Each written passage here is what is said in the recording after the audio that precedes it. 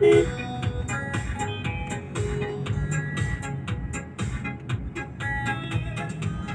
xe này đi ví dụ từ từ Lào Cai này đến 66 rồi hết bao nhiêu tiền?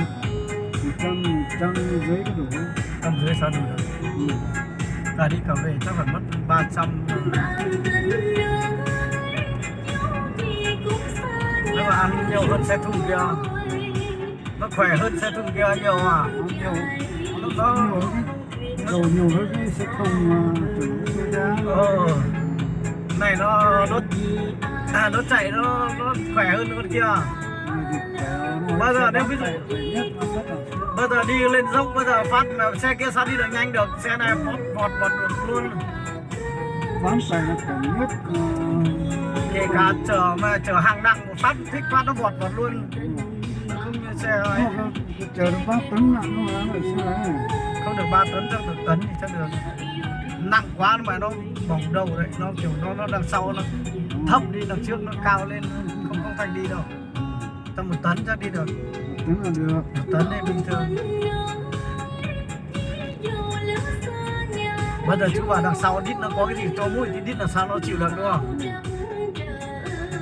Vẫn là chờ, nó vẫn chờ được, tải nó vẫn tải được mà nó cái đằng sau nó thấp đi, đằng trước nó nhìn kiểu xe cong hẳn đấy. Cái này thì mua cho chết thì tốt nhỉ. Vẫn lên đằng sau rồi mà.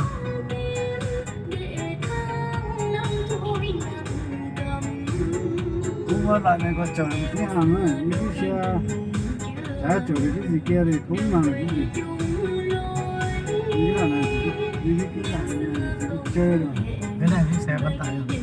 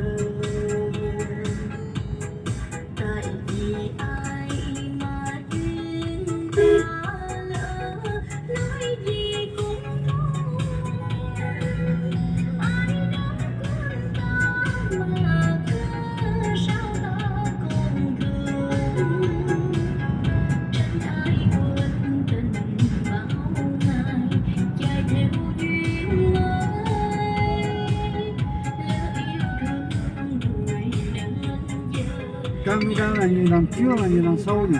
Đằng trước đấy. Đấy nhìn đằng trước đấy. Thế có xe đằng trước đấy. Cái góc đằng sau một tí mờ đấy là đằng sau. Góc trên đấy.